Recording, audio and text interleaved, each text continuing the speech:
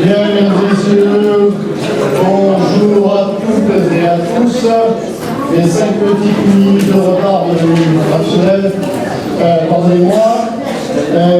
Merci au public d'être venu si nombreux avec, j'espère, quelques représentants des CIQ, ça va être l'heure de peut-être pas. En tout cas, nous allons commencer par procéder à l'appel. Madame la Juste, Monsieur Hérault, Monsieur Limaldi, oui. Monsieur Arpona, Oui. Monsieur Hazard, Oui. Monsieur Azibi, Procuration. procuration, Monsieur Moral, Présent. Madame Bensala, Excusez.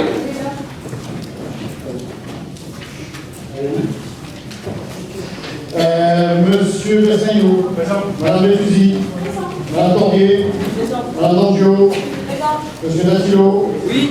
Madame Debord,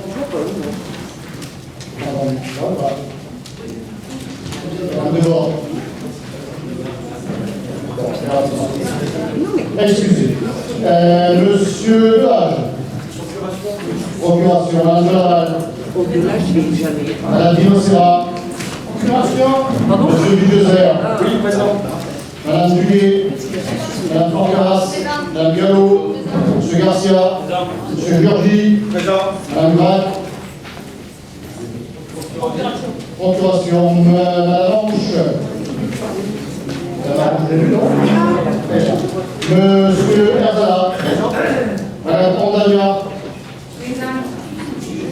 Monsieur Zépian. Excusez, procuration. Monsieur Joshua. Monsieur Lamy. Madame Louis. Monsieur Maggio. Présent. Monsieur Marchal. Procuration, je pense. Excusez. Monsieur Marie. Présent. Madame Masse. Présent. Monsieur Maury. Procuration. Monsieur Miron. Monsieur Monti. Présent. Madame Lusakia. Madame Patrici. Madame Ponce-Ramad. Monsieur Rabia. Présent. Madame Rambal. Monsieur Rabi est là. Madame Riguer. Madame Rodriguez. Madame Sika. Et Monsieur Vendredi. Bien, nous pouvons entamer nos débats en commençant par l'approbation du compte rendu et l'extension de la séance du 8 octobre et ainsi de suite. Monsieur Marie.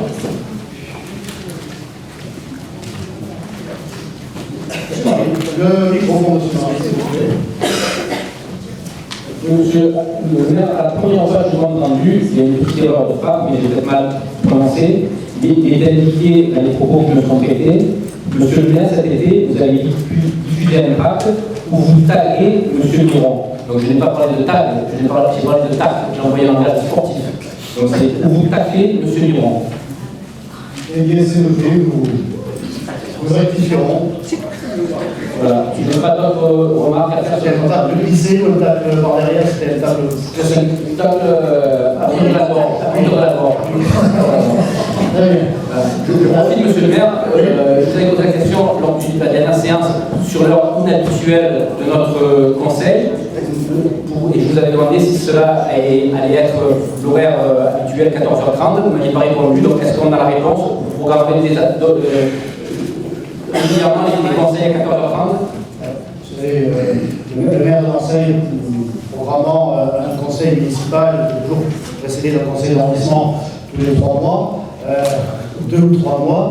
Et il ne sera pas compliqué, je pense aussi compliqué que ça, de nous adapter comme les élus l'ont fait dans le 8e secteur. Le problème, c'est quelquefois le matin, tôt le matin, ou c'est chez Valérie Boyer qui le fait le matin, et Mme Galli le fait en début d'après-midi, comme nous le faisons aujourd'hui, il n'est pas certain que ça reste ainsi. Pour une bonne organisation des élus, monsieur le maire, vous programmez alors que vous voulez. J'ai bien compris que vous allez à Paris par rapport aux fonctionnements parlementaires. Ça arrive. Donc, même si j'ai bien noté que Mme Joanneau et M. Assouline indiquent que vous n'êtes jamais présent, mais j'espère que vous allez voir au comité central du Front National. Quand vous allez à Paris, vous allez aller au Sénat, rassurez-nous, vous allez aller au Sénat. nous évoquons l'extenso de la séance du 8 octobre ou vous enchaînez? Non, c'est lié aux horaires. C'est lié aux horaires. Parce que si vous allez au Sénat tous les mercredis soirs, c'est évident que vous allez programmer le conseil tous les mercredis. Donc on s'organise en conséquence. J'en reviens du Sénat. J'ai pris le train ce matin, je veux savoir, le train de 7h11, qui m'a permis aujourd'hui d'être parmi vous avec grande joie. Mais oui, j'assume les responsabilités qui m'ont été confiées par les grands électeurs, comme les autres. Et j'ai été hier au Sénat, je suis aujourd'hui parmi vous, mais ça fait quand même quelques jours. Vous savez que le Conseil a lieu à 14h30, c'est pas une convocation de dernière minute.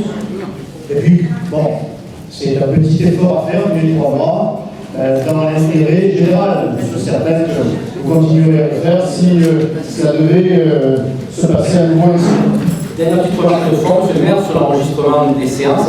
Vous avez bien indiqué que les séances seraient diffusées sur le site internet de la mairie.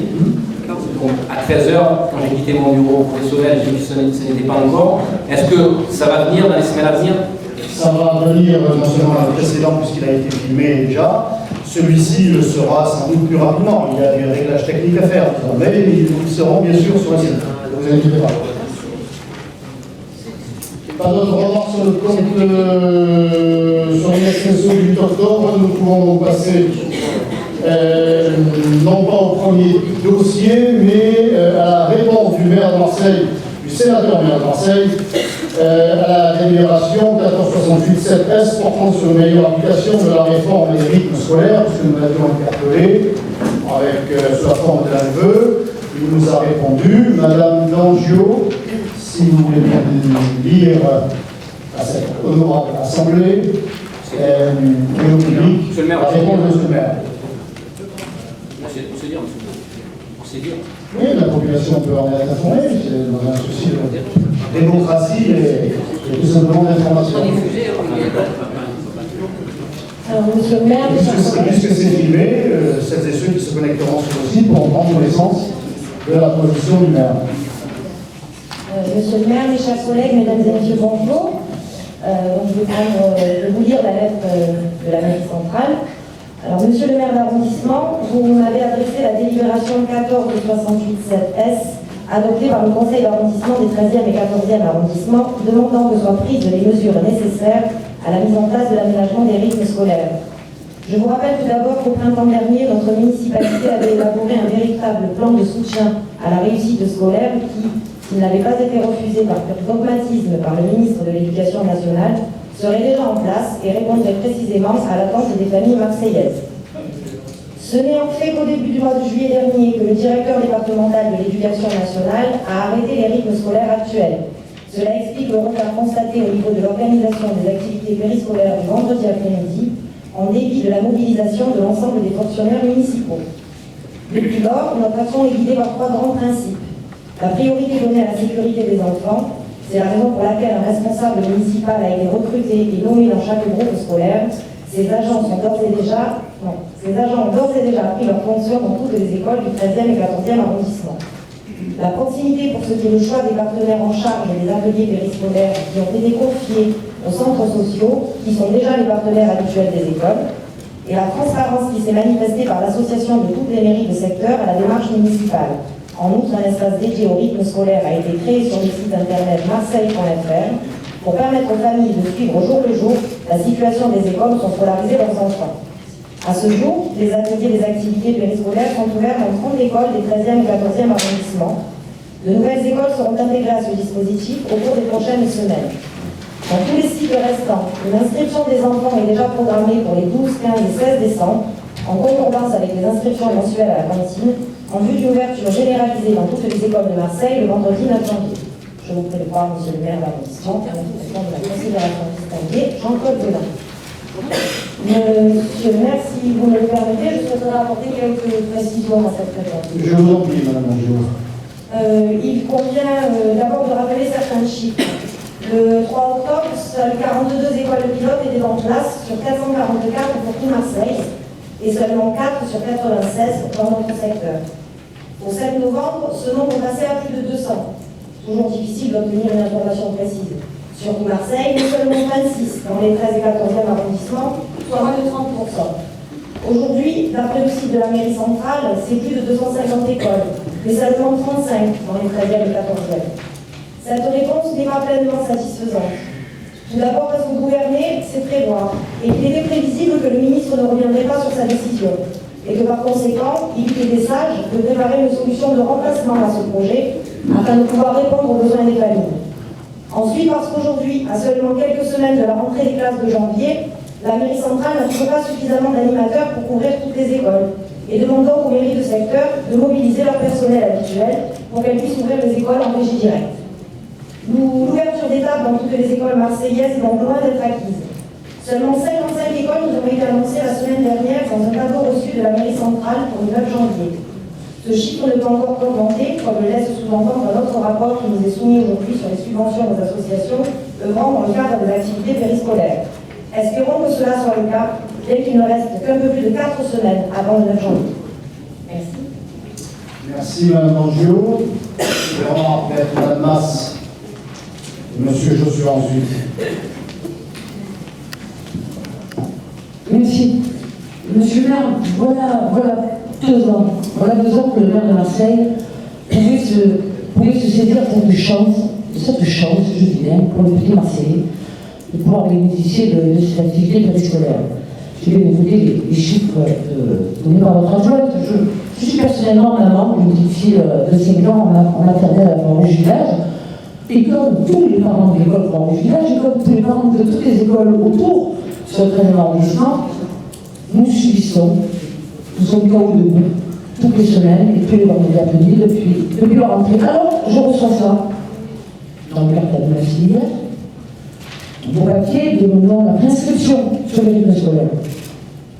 À part de me demander mon identité, les de la fille, etc., sur le temps des activités, rien n'est noté, aucune information. Ça va être une garderie.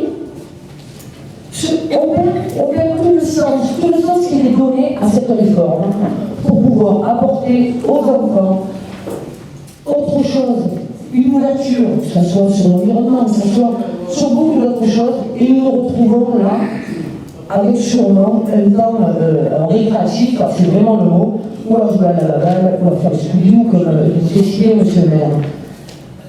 Donc, c'est vraiment paradoxal aujourd'hui. Et moi, je pense à ces parents dans mon quartier.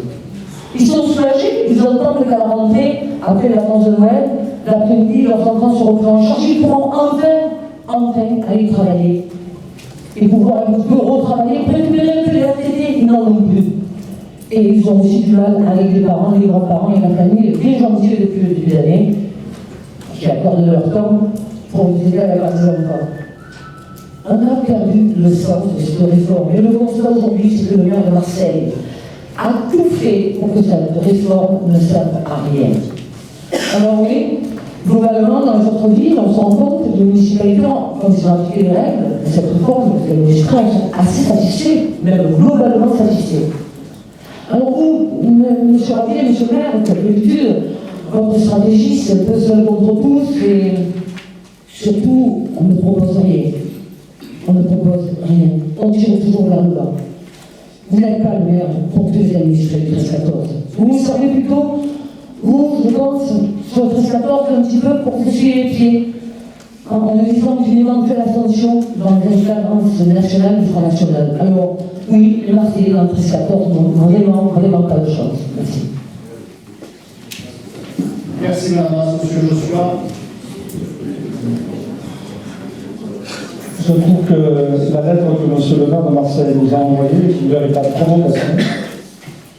Quand on ne peut pas défendre quelque chose de mieux se faire, or ce que le maire de Marseille fait et a fait est purement simplement indéfendable.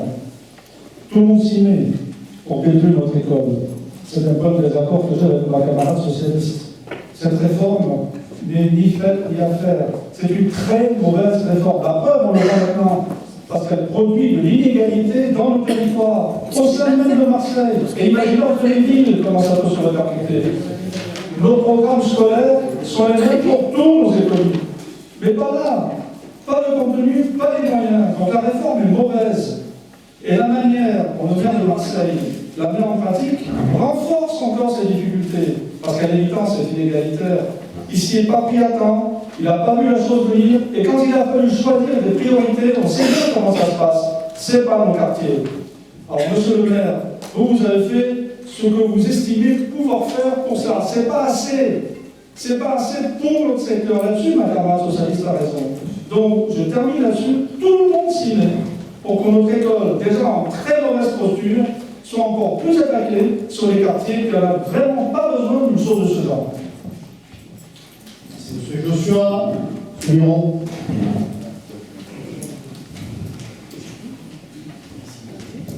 Monsieur le maire, mes chers collègues, oui, cette réforme est mauvaise. Oui, cette réforme est dogmatique. Cette réforme a été faite avec une idéologie, on la connaît très bien. Et cette réforme est aujourd'hui obligatoire à mettre en œuvre. 444 écoles, vous vous doutez bien que c'est certainement plus facile à mettre en œuvre dans un village que dans nos 111 quartiers et dans les 444 écoles de la ville de Marseille. N'en déplaise aux supporters de M. Payon, ex-ministre, aujourd'hui député européen, en attendant d'être autre chose, qui nous a légué en héritage une difficulté qui aujourd'hui, à part encore ces quelques supporters, personne ne trouve cette réforme positive. Ni les professeurs des écoles, ni les directeurs d'école, ni les parents, bien évidemment, qui sont dans la difficulté, ni les institutionnels, le maire de Marseille étant le représentant emblématique de l'institution de la ville de Marseille. Alors oui, il y a des difficultés, bien sûr. Je constate seulement qu'il y a certains secteurs de la ville de Marseille, a priori ceux de la majorité municipale, où les maires de secteur se sont saisis fortement de cette question et au-delà de dénoncer, ce que vous faites très bien, monsieur le maire de secteur, au-delà de simplement dénoncer des situations certainement réelles, eh bien, ils se sont mis à la tâche, ils ont soulevé les manches et ils se sont rendus utiles. Et ça fonctionne. Alors, ça ne fonctionne pas parfaitement partout, mais ça fonctionne.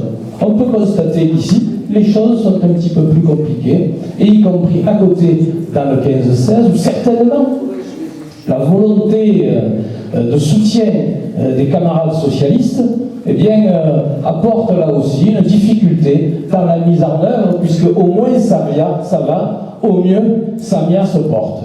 Et ici, c'est exactement la même chose. Nous avons des gens qui, pendant 12 ans, ont dirigé de main de fer tous ces quartiers. Pendant 40 ans, eux, leurs familles, leurs ascendants et l'ensemble de leur famille ont décidé de l'avenir de ces quartiers et qui aujourd'hui s'étonnent des résultats et des relations qu'il y a entre eux et la population. Alors, que je sois pour une fois d'accord, c'est vrai que cette réforme est mauvaise, même si on n'est pas d'accord sur le fond, on est d'accord sur la forme. Et cette réforme, on se la pègue et on se la met en œuvre avec un certain nombre de difficultés. Alors moi je constate qu'il y a eu des progressions. Je constate aussi que tous ceux qui donnent des leçons feraient mieux d'essayer d'apporter des solutions plutôt que de mettre de l'entrave. Et on a nécessité à avoir plusieurs milliers d'animateurs, tous diplômés. On a nécessité aussi à accompagner les professeurs des écoles qui ne voient pas toujours d'un bon œil lorsque des éléments extérieurs, même animateurs diplômés, viennent dans leur classe. On a nécessité aussi à constater que cette réforme a amené un certain nombre de clubs sportifs à licencier des collaborateurs parce que les enfants qui étaient là le mercredi matin n'y sont plus. Et tout ça grâce à une réforme dogmatique, clanique, j'ose pas dire clientéliste, mais je le pense très fort, puisqu'on sait très bien qu'une partie de cette réforme a été faite dans l'esprit de servir l'électorat de gauche. Donc voilà, monsieur le maire. Alors le maire de Marseille, avec beaucoup de bonne volonté, avec beaucoup de professionnalisme, met en œuvre à condition que tout le monde s'y mette, que tout le monde relève les manches. Et je constate qu'il y a des secteurs où il y a des élus ils sont allés dans les écoles. Je suis certain qu'ici, les élus de votre majorité feront pareil. En tout cas, nous sommes prêts à vous accompagner. Donc, le groupe socialiste s'est exprimé par la voix de Mme Masse, M. Marie, on ne va pas s'en sortir. Pour faire des propositions. C'est pour faire des propositions concrètes. Mais je voudrais quand même répondre à l'ensemble des intervenants. Moi, ce que je voudrais, c'est féliciter publiquement les services de la mairie de secteur, les services de l'animation, tous les services se sont mobilisés avec, à leur côté, tous les élus, et pas simplement, même si elle a eu la plus grosse part du gâteau indigeste qui est cette réforme. Madame Dangeau, adjointe à l'éducation, adjointe aux écoles, elle a fait un travail extraordinaire dans les conditions que vous connaissez, mais avec l'aide de l'ensemble des élus qui se sont mobilisés pour contacter les associations, parce que nous avons 98 écoles dans ce secteur. Il est beaucoup plus difficile de les remplir toutes ou de les garnir toutes que les secteurs moins importants du centre-ville. Et nous avons malheureusement, nous ne bénéficions pas d'une image qui crée l'enthousiasme au sein de cette nébuleuse associative, une nébuleuse associative abîmée non pas par mes pieds, que j'aurais, donc une nébuleuse que j'aurais piétinée, sur lesquelles je me serais essuyé les pieds, celle qui s'est essuyé les pieds sur la nébuleuse associative ou sur le monde associatif et qui a jeté l'opprobre sur cette activité-là, c'est la députée de la circonscription, Mme Masse. C'est elle qui a fait une publicité exécrable au monde associatif de notre secteur et plus largement de la circonscription. Elle a tellement usé, abusé pour son intérêt personnel, pour sa carrière politique personnelle, qu'elle est aujourd'hui condamnée, même si elle est en cassation, à 1 an de prison ferme. Alors avant de me faire la leçon sur ce que je voulais faire dans ce secteur, commencer par vous regarder dans une glace. Quand on veut monter au cocotier, Madame Masse, il faut avoir le caleçon propre. Or, le vote, permettez-moi de vous dire que le caleçon associatif de la gauche, eh bien, il ne sent pas bon. Alors, encore une fois, si nous sommes dans cette situation-là, c'est parce que dans ce secteur, nous avons 98 écoles, qu'il y a une image donnée de ce secteur qui n'est pas la meilleure, loin s'en faut, et les associations qui ne se bousculent pas. Et pourtant, nous les avons toutes contactées, nous les avons appelées, nous les avons sollicitées à plusieurs reprises, mais on ne se bouscule pas dans ce secteur, et ce n'est pas en raison de mon action personnelle, mais c'est le fruit amer d'une co-gestion, parce que M. Miron, vous voulez nous faire croire qu'il y aurait Marseille et les quartiers nord, qu'il y aurait une gestion Gaudin dans 6 secteurs, dans 7 secteurs, et qu'il y aurait une gestion de gauche dans ce 7e secteur des 13e et 14e arrondissements. Or, je rappelle, et c'est ce que vous rappeliez à l'occasion de la campagne électorale, et c'est tout à fait juste, Marseille est une et indivisible. Et il y a un maire de Marseille, c'est Jean-Claude Gaudin, depuis bientôt 20 ans. Si des décisions étaient prises dans ce secteur, si une politique a été menée dans ce secteur, tout ça a été mené avec l'accord, voire le soutien, et je dirais même sous l'impulsion du maire de Marseille, de vos amis, M. Miron. Ne nous faites pas croire que ce qui s'est passé dans les 13e et 14e arrondissements, vous n'en êtes pas responsable, vous en êtes co-responsable. J'ai été droit conseiller d'arrondissement ici entre 2008 et 2014, pendant que vous siégiez encore à la mairie des 6e et 8e arrondissements et dans les quartiers sud. Donc moi, je vous ai vu à l'œuvre, j'ai vu vos amis à l'œuvre, ceux et celles qui représentaient la majorité municipale, et ils étaient d'accord surtout, comme vous l'êtes peu ou prou aujourd'hui, et y compris pour soutenir la nébuleuse associative. Jamais je ne les ai entendus dénoncer les turpitudes supposées de la gestion de la mairie de secteur, des agissements de celle qui était élue conseillère municipale et qui est toujours députée de la circonscription. Jamais je ne vous ai entendu le critiquer. Et alors aujourd'hui, vous voudriez nous faire croire qu'il y a deux Marseille, un Marseille UMP et un Marseille 7e secteur à gauche jusqu'à présent. Ça, c'est la stratégie qui est la vôtre pour vous dédouaner, ou pour tenter de vous dédouaner de votre responsabilité. Mais je serai là, je suis encore là avec nos élus pour rappeler que ce que nous subissons aujourd'hui, encore une fois, c'est le résultat d'une politique menée par l'UMPS à la tête de la ville pendant une vingtaine d'années. Je crois n'avoir rien oublié. Encore une fois, la mairie du secteur a fait le maximum. Les élus et les services. La plus belle fille du monde, M. Joshua et Mme Mas, ne peut donner que ce qu'elle a. C'est la même chose pour les mairies de secteur. Nous sommes très encadrés, nous avons des prérogatives, nous avons une certaine marge de manœuvre, mais pas plus. Et nous avons mis à la disposition des populations des centres d'animation. Encore une fois, les agents, les employés se sont investis dans l'intérêt général. Nous les avons mis dans le 14e, dans le 13e, en étant le plus pertinent possible pour que ces populations puissent trouver les centres plus proches de chez eux. Ils sont encore ouverts pour certains, puisque la situation n'évolue que très lentement. Mais encore une fois, il faut rendre à César ce qui est à César, et c'était à la mairie centrale.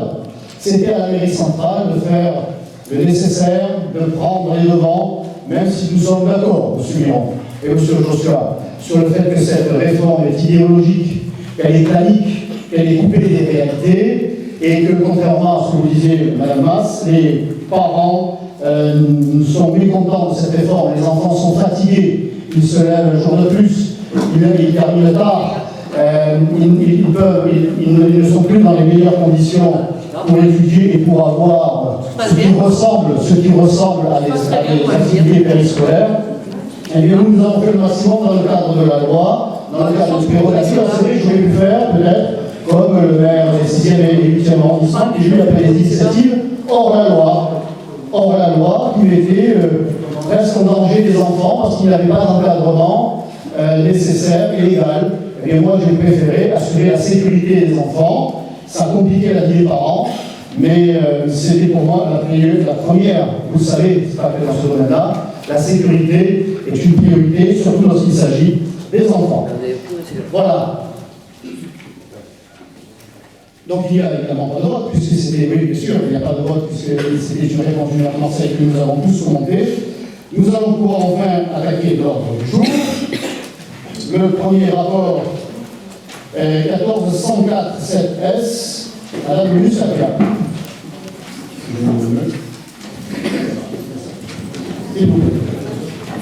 Merci, Monsieur le maire. Mes chers collègues, il s'agit d'un rapport de la direction des finances. Ce rapport vous autorise, Monsieur le maire, à engager et mandater les dépenses d'investissement dans la limite du plan des crédits ouverts aux états spéciaux de l'année précédente, qui s'élevait à 302 152 €. Donc, nous avons droit à engager et à mandater 75 781 € de dépenses. C'est cela dans chaque mairie de secteur. Voilà, c'est donc une délibération technique sans plus que je vous propose de mettre aux voix. Merci. Merci Mme Musacchia, M. Joshua.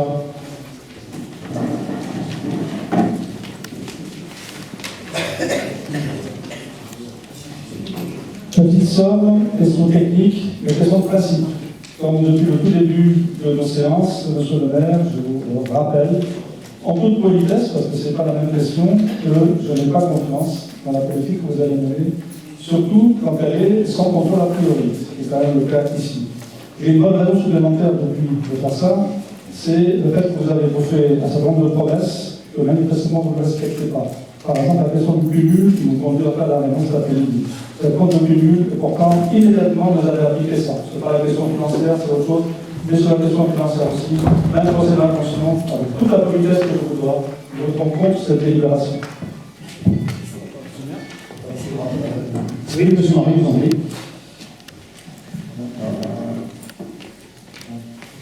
Oui, monsieur le maire, avant de rentrer dans le fond du rapport, je souhaiterais nous avez donné une notion de morale tout à l'heure.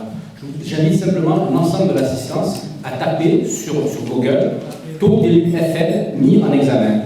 Voilà, c'est très simple. Il y a des comités citoyens de vigilance dans toute la France qui pointent un par un les mises en examen des élus FN.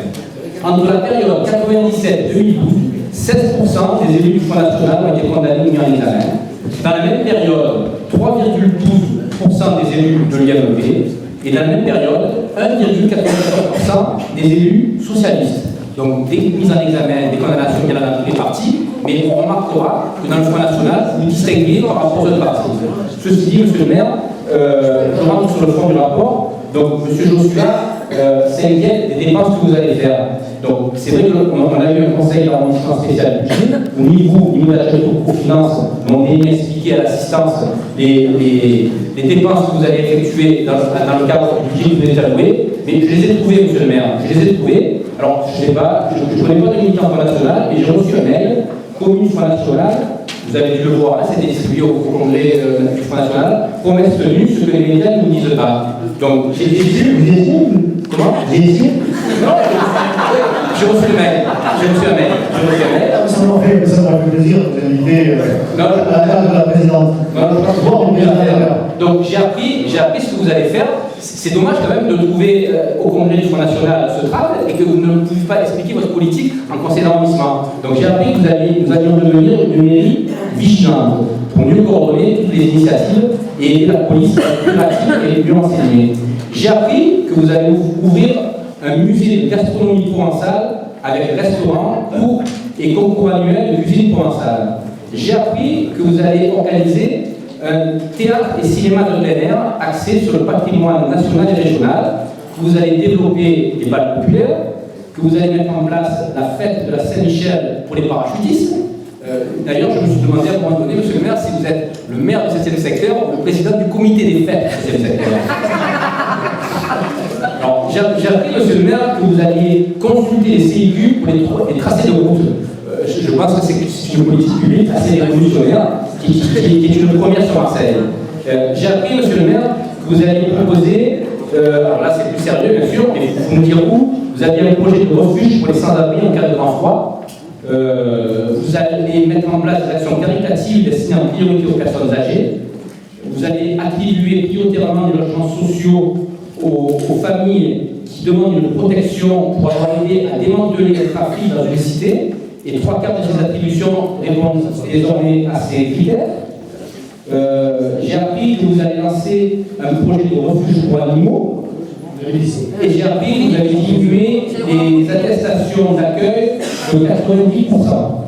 Donc voilà, je suis quand même désolé d'être obligé de regarder le tract du Front National. Je me suis lavé les mains avant, bien sûr, et on va apprendre ce qui va être mis en œuvre dans ce secteur. Donc pourquoi, monsieur le maire, vous avez honte des politiques que vous allez mettre en œuvre? Pourquoi ne pas l'exposer lors du vote du budget?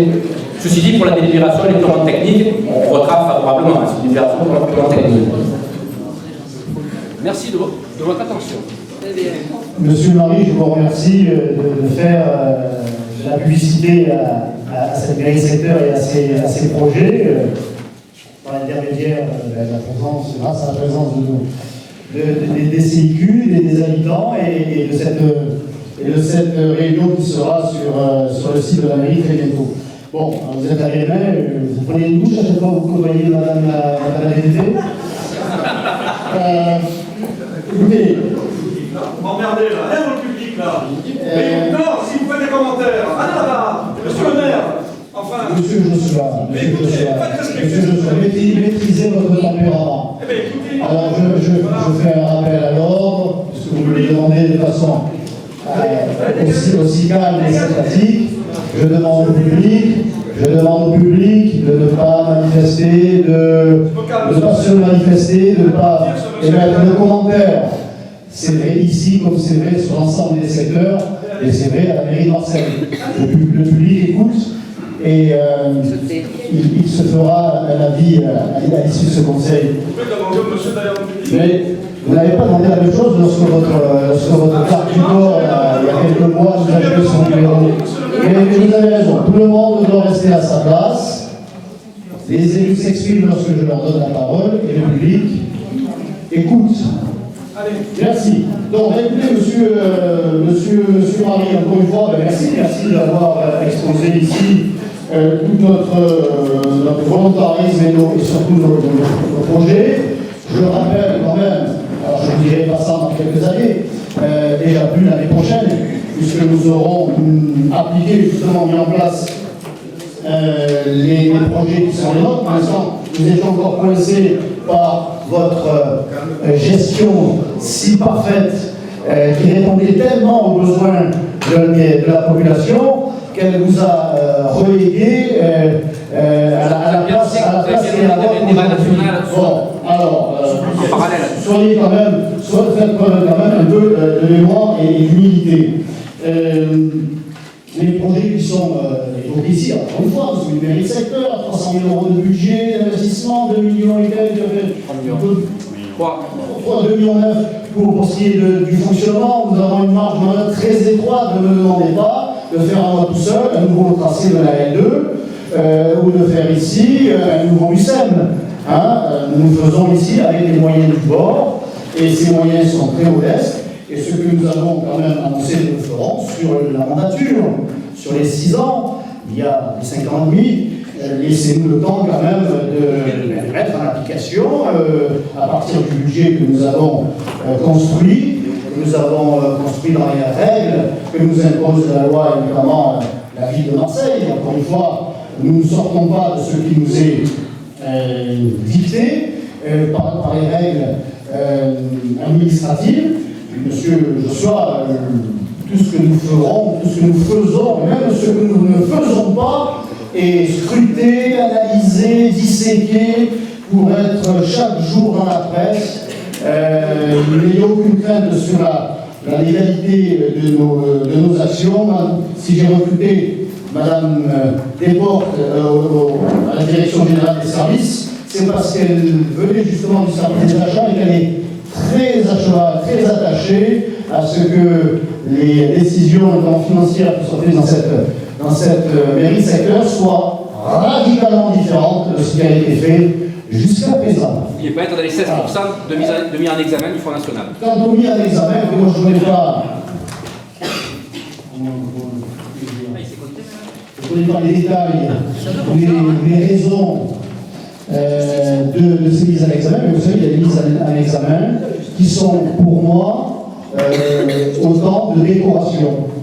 Autant de décoration. Lorsque l'on est traîné dans les tribunaux parce que l'on souhaite défendre ses compatriotes d'abord, pour moi, ce n'est pas une mise en examen, c'est une décoration. Ça dépend comment on l'entend. Par contre, quand on détourne 860 000 € qui devaient aller, qui devaient bénéficier aux populations en détresse dans notre secteur et qui ont finalement atterri dans les poches de petites crapules à la tête de pseudo-associations et qui ont permis la réélection de Madame la députée, là, c'est pas du tout la même chose. Alors, bon, vous donnez les chiffres, les pourcentages, vous vivez à travers les pourcentages, M. Marie, vous n'avez plus la réalité, vous êtes dans les chiffres, c'est une déformation professionnelle sans doute. Ce que je sais moi, c'est que dans notre beau département, il y a une députée qui attend son numéro du CROU. Il y a un président du conseil général qui a échappé à une première condamnation. C'est ce qui s'appelle le miracle, c'est pas le miracle de Noël, mais le miracle de Jean-Noël.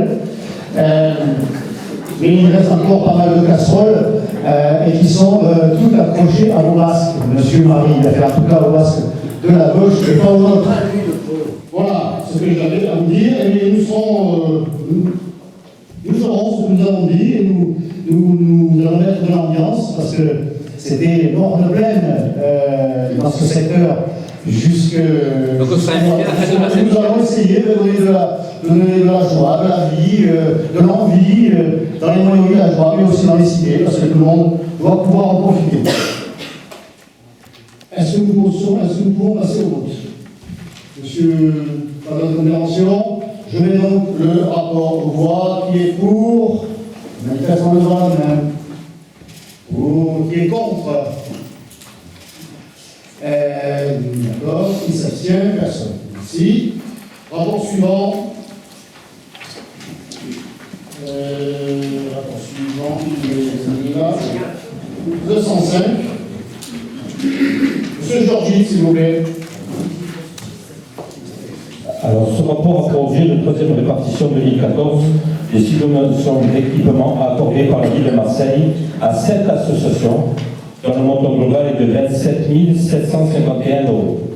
Pour ce qui concerne notre secteur, il est proposé d'attribuer une subvention d'un montant de 2 885 € à la Fédération des Amis de l'Instruction laïque, pour le centre social de Fontainebleau, pour l'achat de matériel informatique, d'un lave-linge et d'un baby-foot.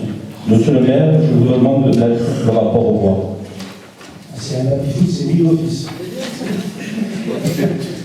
Qui souhaite intervenir sur ce rapport? Personne. Le rapport est donc mis au voix. Qui est pour? Unanimité. Je vous remercie. Merci, monsieur Georgie. Le rapport suivant. Le rapport 106, monsieur Georgie, pardon. 106, monsieur Georgie. Alors, ce rapport a pour l'objet l'approbation de subventions en nature accordées à des associations ou des établissements publics dont l'activité présente un intérêt général local. La ville met à disposition des structures des locaux communaux à titre gracieux au moyennant paiement d'une indemnité d'occupation ou d'un loyer dont le prix est inférieur à la valeur locative réelle du bien.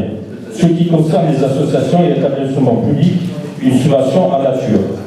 En ce qui concerne notre secteur, il s'agit de l'association Léo Lagrange, qui souhaite occuper les locaux d'une superficie de 769 mètres carrés au 22 rue Briata dans le 13e.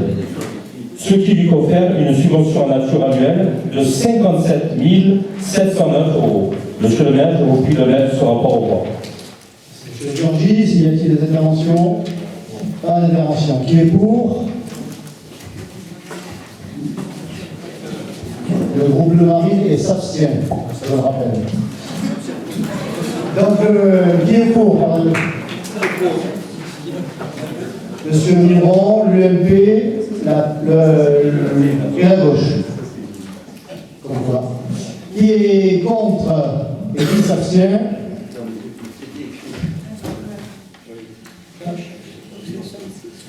Voilà, donc le rapport est adopté à la majorité UMPS. Non. Et Front de gauche, bien sûr. Front de gauche, FDG. Par contre, on a FDJ. Le précédent a été aussi adopté. On a l'espoir de gagner quelque chose avec la FDJ. Publicité non régulière. Alors, rapport suivant. Rapport 107. Madame Ange, s'il vous plaît.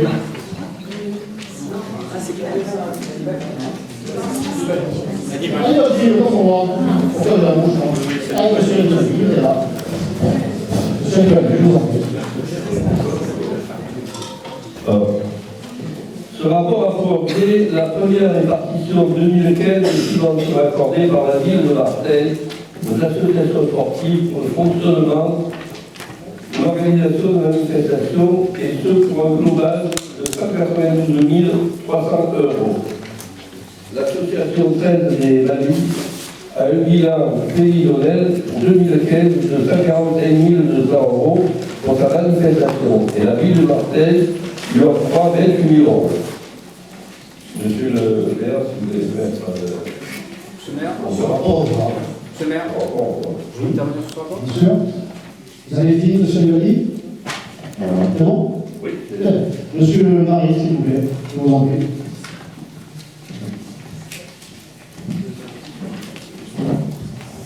Monsieur le maire, je voulais indiquer à mon conseiller que je me réjouis de la reconnaissance de l'association Test Famille, qui a été pendant des années un partenaire avec la mairie secteur. La mairie secteur a été un partenaire de cette association qui organisait chaque année, on va dire quasiment dans l'ombre, un rassemblement de streetball dans notre secteur en réussissant à faire venir des joueurs de National 1, de 3 sur le secteur. Donc une action absolument remarquable, avec une organisation de qualité. Et je suis très heureux de voir la reconnaissance qu'il y a aujourd'hui à cette association très valide, puisqu'elle a l'honneur de pouvoir organiser une manifestation sur le stade d'été. Donc je sais que la dernière fois, vous aviez indiqué que la présence de M. Dumont dans le secteur avait permis la rénovation de quelques équipements. Je crois que M. Dumont, dans le secteur, a aussi ouvert très valide. Et moi, je suis honnête d'avoir pu reconnaître le travail de qualité de cette association et de leur avoir permis de grandir. Monsieur Marie, y a-t-il une intervention? C'est la très déconfiture, pas certaines saluts. Nous mettons donc ce rapport aux voix qui est pour. Unanimité, je vous remercie. Rapport suivant. Rapport 108, 7S, monsieur Latillon. Merci. 1408. Ce rapport a pour objet le lancement de l'appel d'offres pour la réalisation des prestations de transport en autocar des enfants vers le PC municipal Bussoril et Saint-Joseph dans le 14e, afin d'assurer la continuité de ces prestations et d'en faire bénéficier un public plus large. Monsieur le maire, je vous remercie pour. Merci. Y a-t-il des interventions? Pas d'intervention. Le rapport est donc mis aux voix qui est pour. Monsieur Marie, vous quittez ou vous votez? Unanimité donc sur le rapport. Merci. Rapport suivant, le 109 7S, monsieur Bessaillou, s'il vous plaît. Monsieur le maire, bonjour. Je vous soumets ce rapport qui a pour objet l'approbation du paiement des associations culturelles et les premiers versements de subvention 2015, et ce pour un montant global de 5 411 600 €. Il est donc proposé d'attribuer aux associations culturelles du 7e groupe d'arrondissement, 13e et 14e, les subventions suivantes.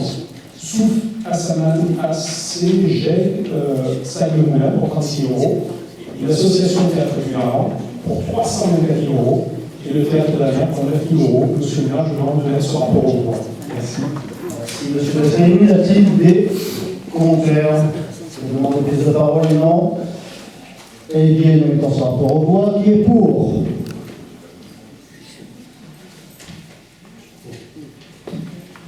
Unanimité, je vous remercie.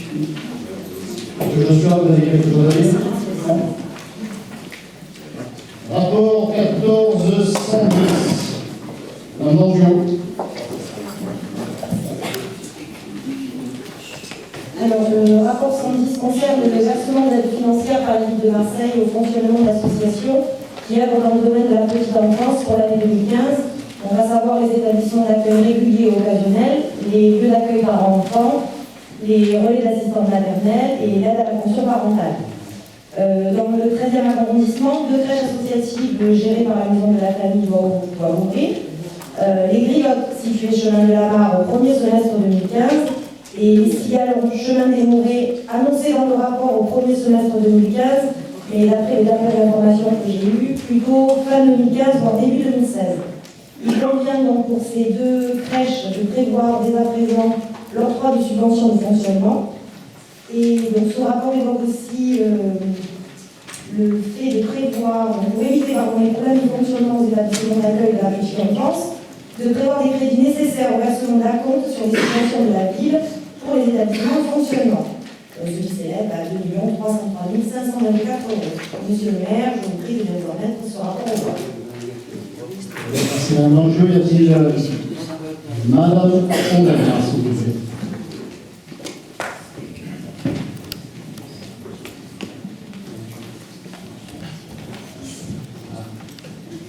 Bien sûr, on votera pour ce rapport, mais on voudrait quand même ajouter que ça ne doit pas masquer le fait de créer des crèches privées associatives, la pénurie de manque de place en gestion municipale.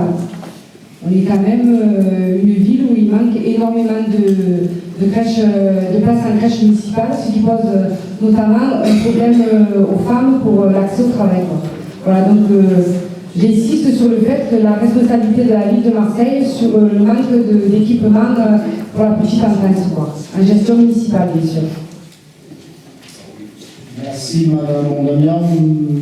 Pas d'autres intervenants. Madame Ponserrama, je vous en prie. Alors, moi, je vais un peu dans le sens de Marion, c'est-à-dire que les budgets de l'enfance et de la jeunesse sont de fois moins insuffisants à Marseille. La réussite scolaire, elle dépend des premières années, c'est-à-dire au moment entre 4 et 5 ans où effectivement l'intelligence s'enveloppe et le comportement commence à s'être adopté. Et c'est le moment où il faut aider le plus pour permettre un développement de la connaissance et de la cognition des outils de la connaissance. C'est le moment où il faut effectivement soutenir beaucoup la population jeune. Et mon budget, vous voyez, au total, le budget là, pour les associations de l'enfance, c'est 2,3 millions. Pour la culture, c'est 5,4 millions. Donc, c'est pas un comparatif absolu, mais c'est quand même un signe, à mon avis, que cette crise s'intéresse peu. Et si je voulais revenir tout à l'heure sur le problème de l'éducation, et tout le monde a suffisamment parlé, le budget de la ville de Marseille pour les écoles est par élève de 2136 euros, je crois que vous avez calculé. À Lyon, par enfant, les 2-3 002, les résultats scolaires ne sont pas les mêmes. C'est-à-dire que quelle que soit la bonne volonté des uns et des autres, si on ne met pas un budget suffisant pour que les écoles fonctionnent, elles ne fonctionnent pas. Et les enfants n'apprennent pas. Merci. Y a-t-il d'autres intervenants? Pas d'intervenants. Je vais donc ce rapport aux voix. Qui est pour? Unanimité, je vous remercie. Rapport suivant. Le 112.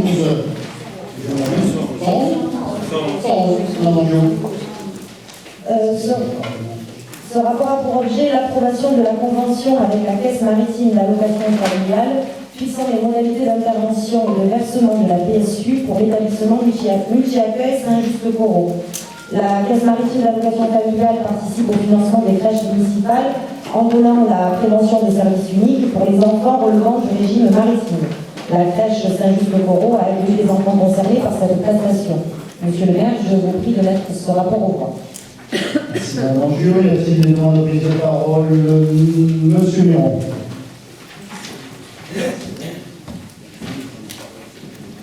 Monsieur le maire, mes chers collègues, juste pour rappeler à notre collègue qui tout à l'heure faisait référence aux crèches, que nous avons ensemble inauguré avec le maire de Marseille la nouvelle crèche Corot, donc qui a été toute neuve, toute réhabilitée, qui permet d'accueillir une trentaine de gamelles de mémoire, de bébés, et c'est tout neuf. Donc je vous invite à aller la voir. Ça vous pourrez aussi bien rapporter que s'il y a nécessité à développer de nombreuses crèches, bien dans le 13e et 14e arrondissement, on en ouvre et on en ouvrira encore. Encore heureux que vous n'annonciez pas. De fermeture. J'ai eu le plaisir, le plaisir, parce que les tout petits comme ça, c'est que du bonheur, d'accompagner le maire de Marseille pour l'inauguration d'une crèche rénovée. Pas tout à fait une nouvelle crèche. Donc on ne peut pas dire qu'il y a un nouvel équipement, il y a un nouveau confort, et c'est tant mieux pour les enfants et pour les professionnels, les tatas qui y travaillent, les assistantes maternelles, etc.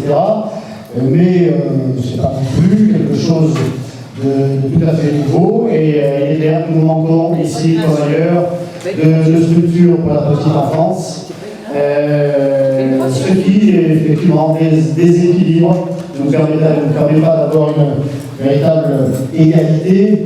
Les parents dans notre secteur sont soumis à beaucoup plus de difficultés pour faire garder leurs enfants et donc pour travailler. Là aussi, les quartiers nord ont été oubliés dans ce domaine-là, comme dans d'autres, par la municipalité tant centrale que locale. Monsieur Marie, c'est bien parce que c'est sur ce sujet. C'est bien parce que vous avez fait la publicité.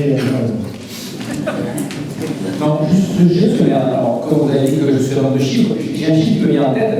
Il me semble que dans le programme municipal du maire de Marseille, il est prévu 1000 nouvelles places de crèche dans la mandature.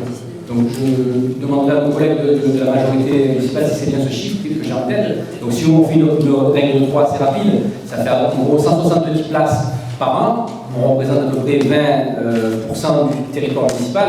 Donc est-ce qu'il y a un plan dans le 13-14 de création d'une trentaine de places par an, de 34 places, Michel, 34 places de crèches nouvelles par an pendant l'ensemble de la mandature? Est-ce que vous avez des informations sur ce sujet, monsieur le maire, de la part du maire de Marseille? Je ne vais plus vous appeler M. Marie, je vais vous appeler Texas Instruments. Ah, ça c'était quand on était au collège, c'était au collège. C'est les mêmes. Casio. Bon, les chiffres, oui, ce sont les chiffres. Monsieur Miron, peut-être Mme Cordier pourrait répondre. Non, parce que moi, je vous répondrai que je ne bénéficie pas de scoop ou d'annonce, de confidence de la mairie centrale. C'est bien un engagement quand même. C'est bien un engagement du maire de Marseille. Il y a un dossier qui s'engage pour l'année 2014. On comptera celle pour l'année 2015. Donc il y a 4 d'état, on va déjà pas mal. Non, mais 30 c'était une Si on se fait le chiffre, ça nous fait déjà moins de 30. C'est pas une création. Non, mais c'est pas une création. Monsieur le maire, c'est pas une création. Il s'agissait d'une rénovation. Il s'agissait d'une rénovation. Et pas d'une création. Bien. Nous pouvons passer au vote. Je mets dans ce rapport au vote qui est pour. Unanimité, je vous remercie. Cette fois, c'est bien le 112. Toujours un Mondiaux. Alors, rapport 112, ce rapport a pour objet la validation de la demande numéro 2 au contrat enfance de jeunesse qui est la ville de Marseille et la carte des Bouches-du-Rhône pour 4 ans. Cet avenant a été établi pour permettre une meilleure adéquation de cette offre aux besoins dans l'accueil de la petite enfance et des adolescents. Concernant le volet enfance, en augmentant le cofinancement pour créer un 5e poste de coordinateur qui renforcerait les équipes de terrain. Et concernant le volet jeunesse, en poursuivant la création et l'extension d'accueil collectif et de loisirs éducatifs de qualité pour répondre aux besoins des familles par une augmentation de 231 places. En ce qui concerne notre secteur, la création d'une ludothèque de 32 places au centre social de Val-Plan-les-Gudes. Par ailleurs, il est également proposé de modifier le montant des subventions CEJ et Objectifs Jeunes à l'association Centre Social des Rosiers qui, ayant cessé son activité en septembre 2014, est sorti du dispositif CEJ-OJ. Monsieur le maire, je vous prie de mettre par rapport au vote. Y a-t-il des demandes d'intervention? Bien, ce rapport est donc mis au vote qui est pour. Unanimité, je vous remercie. Rapport suivant, le 113. Madame Duguay.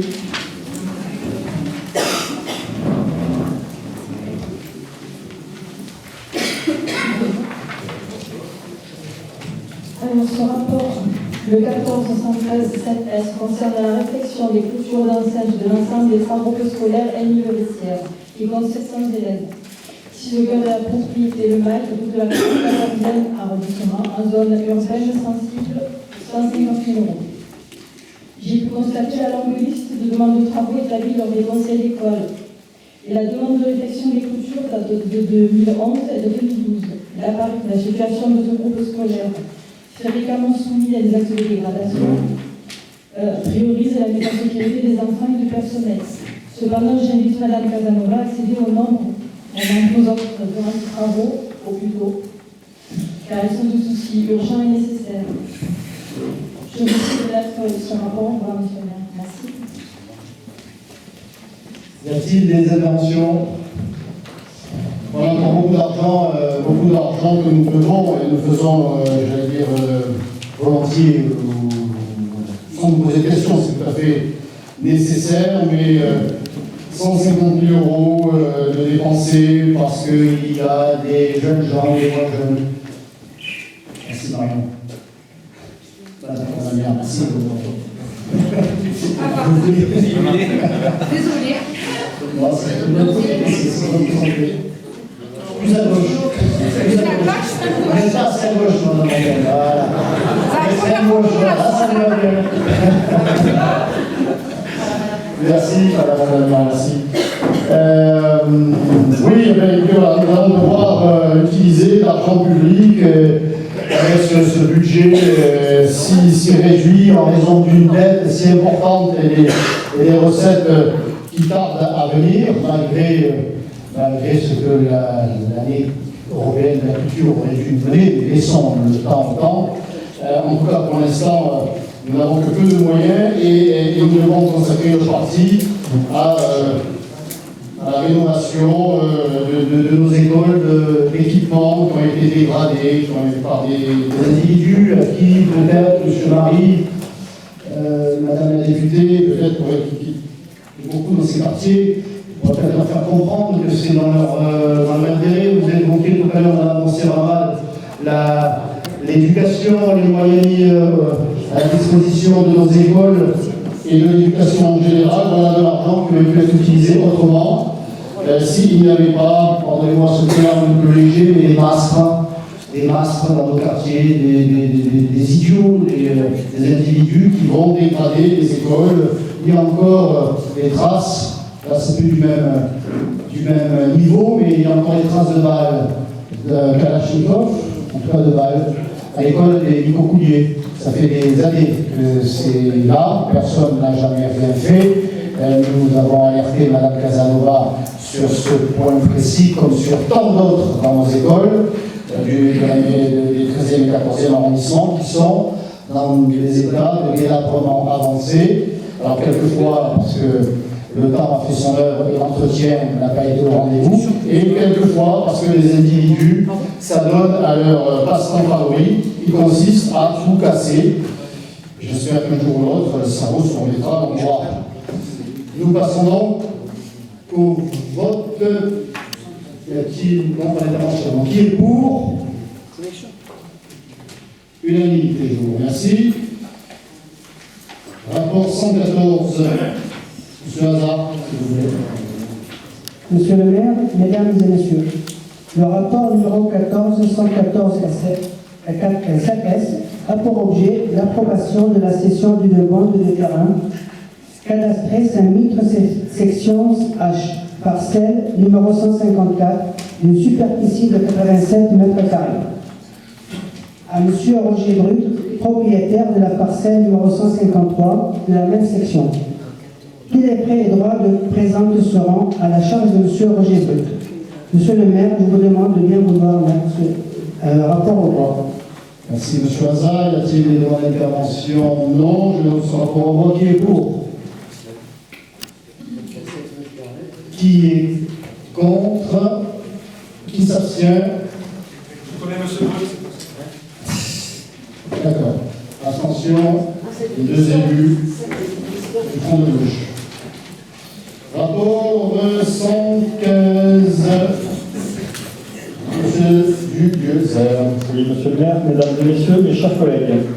Ce rapport a donc pour objet l'approbation du protocole foncier relatif à la cession à titre gratuit de la ville de Marseille au profit de la communauté urbaine Marseille-Provence Métropole d'une parcelle cadastrée quartier Château-Gonblet, section A394, d'une superficie de 70 mètres carrés. Donc la cession de cette parcelle a pour but de créer une nouvelle voie, un barreau plus exactement, entre donc l'avenue Paul Dalbré et le boulevard Barra, pardon. Cette rue sera parallèle à une traversée de la Croix déjà existante. Elle aura une emprise de 10 mètres et elle aura pour fonction, d'une part, d'améliorer la desserte des riverains du quartier de la Grave et des hameaux des Xavier et des Médecins, et surtout de permettre aux poids lourds et aux camions qui desservent le magasin de bricolage bien connu qui se situe en face de l'école Saint-Mathieu, de ne plus traverser le centre de Château-Gonblet et de ne plus passer justement devant l'école de Saint-Mathieu. Ils pourront donc accéder depuis le boulevard Barra en passant par ce barreau et se rendre directement au site de livraison de cette société de bricolage. Voilà, donc je peux vous dire de plus, l'enquête publique a eu lieu, il y a eu un avis favorable du commissaire enquêteur et le 25 novembre, c'est-à-dire tout récemment, la communauté urbaine a transmis à la préfecture la demande d'arrêté pour la déclaration d'utilité publique. Voilà, je pense que je vous ai tout dit et je vous demande, monsieur le maire, de bien vouloir mettre ce rapport au vote. Très bien, merci monsieur Dugueuzer. Y a-t-il des demandes d'intervention? Madame Masse.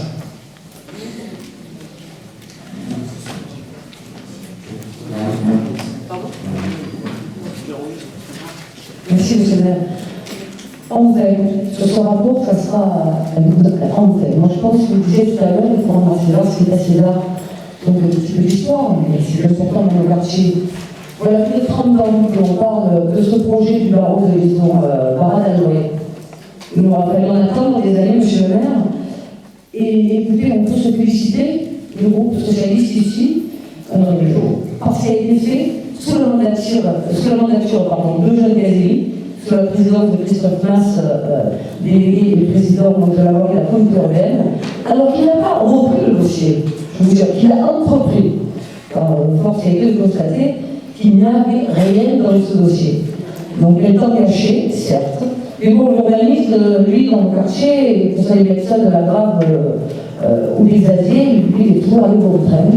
Donc, on parle des camions, c'est vrai, de l'entreprise, alors c'est pas un bricolage, hein, c'est une grosse entreprise avec le lourd matériaux, entre autres, mais surtout, sur la demande permanente du CIQ, des riverains, de la mise en sécurité de toutes les personnes qui passent quotidiennement, qui habitent le Col-Allouet, qui habitent les Asiers, les médecins, et même les personnes qui sont servies de zone d'évitement, avec l'école scolaire qui est un petit peu plus haut, la réduction de la voie pour arriver sur la case zéro, donc en terre, nous allons sûrement pouvoir voir, depuis 30 ans, en terre, arriver à voir cette nouvelle voie pour mettre en sécurité notre quartier, nos riverains. Donc, je vais d'abord remercier c'est pas pardon, village.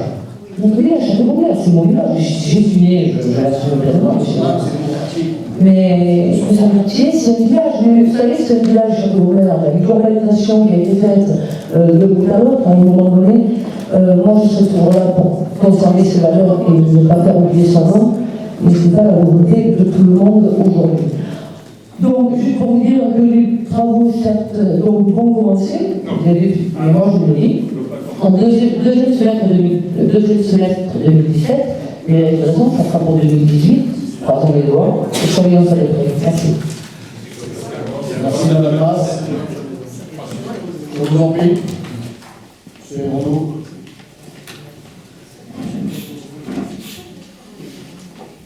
Merci Monsieur le sénateur.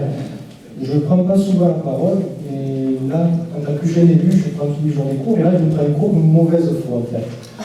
Tout simplement parce que le dossier dont il est question, en effet, ça fait 30 ans qu'on entend parler, et surtout, ça fait 6 ans que l'ancien vice-président en charge de la voirie et la communauté urbaine faisait des promesses aux habitants de Château-Gombert.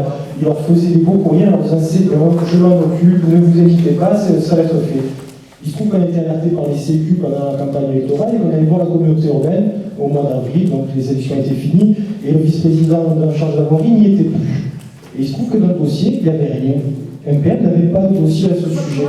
Il a fallu relancer l'enquête publique, et c'est en effet, c'est le directeur de l'urbanisme qui nous a reçus, qui a pris sur lui de relancer l'enquête publique. Et ça nous a été confirmé qu'il n'y avait rien. Donc je veux bien que chacun s'approprie les choses et fasse des belles déclarations d'amour aux gens de Château-Gombert, parce que historiquement, c'est un bon numéro de vote pour la famille Masse, même si ce n'est plus le cas maintenant. Donc, maintenant, faites des preuves. Et là, ce n'est pas une preuve, c'est la mauvaise foi. Il n'a rien été fait pendant 6 ans sous Christophe Masse. Il a fait des promesses, il ne les a pas tenues. Aujourd'hui, ça se passe.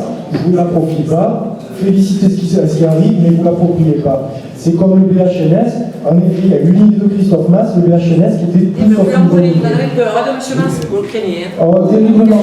Il n'y a qu'à voir ces sports faramineux, un peu partout où il s'est présenté. Mais c'est pas bien grave, il y aura d'autres échéances pour en parler. Aujourd'hui, on parle des dossiers qui concernent le terrain, on ne parle pas des chances électorales. Soyez honnête, M. Hérodo. Je suis honnête, je vous fais le retour qui a été fait à la communauté urbaine. Je ne vous ai pas coupé la parole, parce que si vous voulez, on peut parler aussi des autres dossiers, comme le BHNS, la mauvaise idée de M. Masse, aujourd'hui il n'assume plus. Vous savez, le BHNS qui a coûté plusieurs dizaines de millions d'euros à la place des métros, qui aujourd'hui ne passe même pas sur les voies qui ont été prévues à cet effet, et le parking qui est prévu pour accueillir soi-disant les utilisateurs du BHNS, qui est désespérément désert en haut du boulevard Einstein. Ça vous parle quand même, c'est votre frère qui l'a voulu, appuyé par M. Osepian et Mme Grieux. Mais bon, visiblement, là, vous ne vous appropriez pas le succès. C'est parce que peut-être qu'il n'y en a pas, tout simplement. Donc encore une fois, entre les déclarations d'amour et les actes, nous on a choisi, on préfère les actes. Quelle mauvaise foi! Quelle mauvaise foi! Est-ce que nous pouvons mettre ce rapport aux voix? Monsieur Miron, il a fallu faire du réforme. Donc le rapport Parce que lui, c'est- 115 est mis aux voix. Qui est pour? Unanimité. Je vous remercie. Le rapport 116.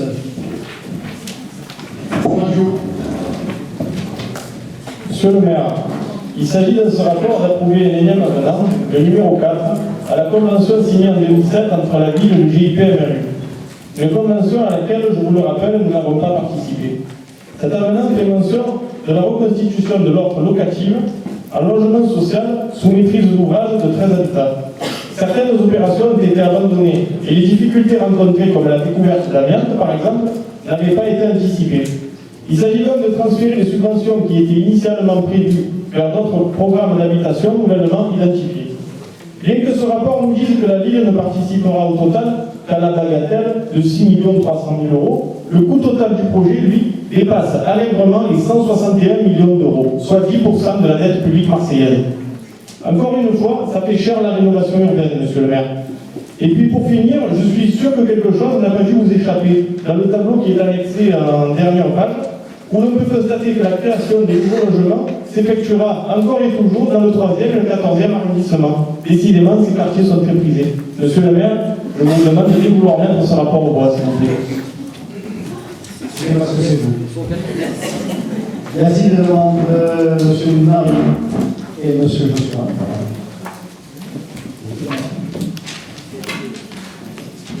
Je suis attention d'avoir bien entendu votre adjoint. Il a bien terminé sa phrase en disant encore une fois nos quartiers sont méprisés parce qu'on va porter de l'argent social. C'est bien. Ah, très prisé, d'accord. Mais il y a bien sous-entendu.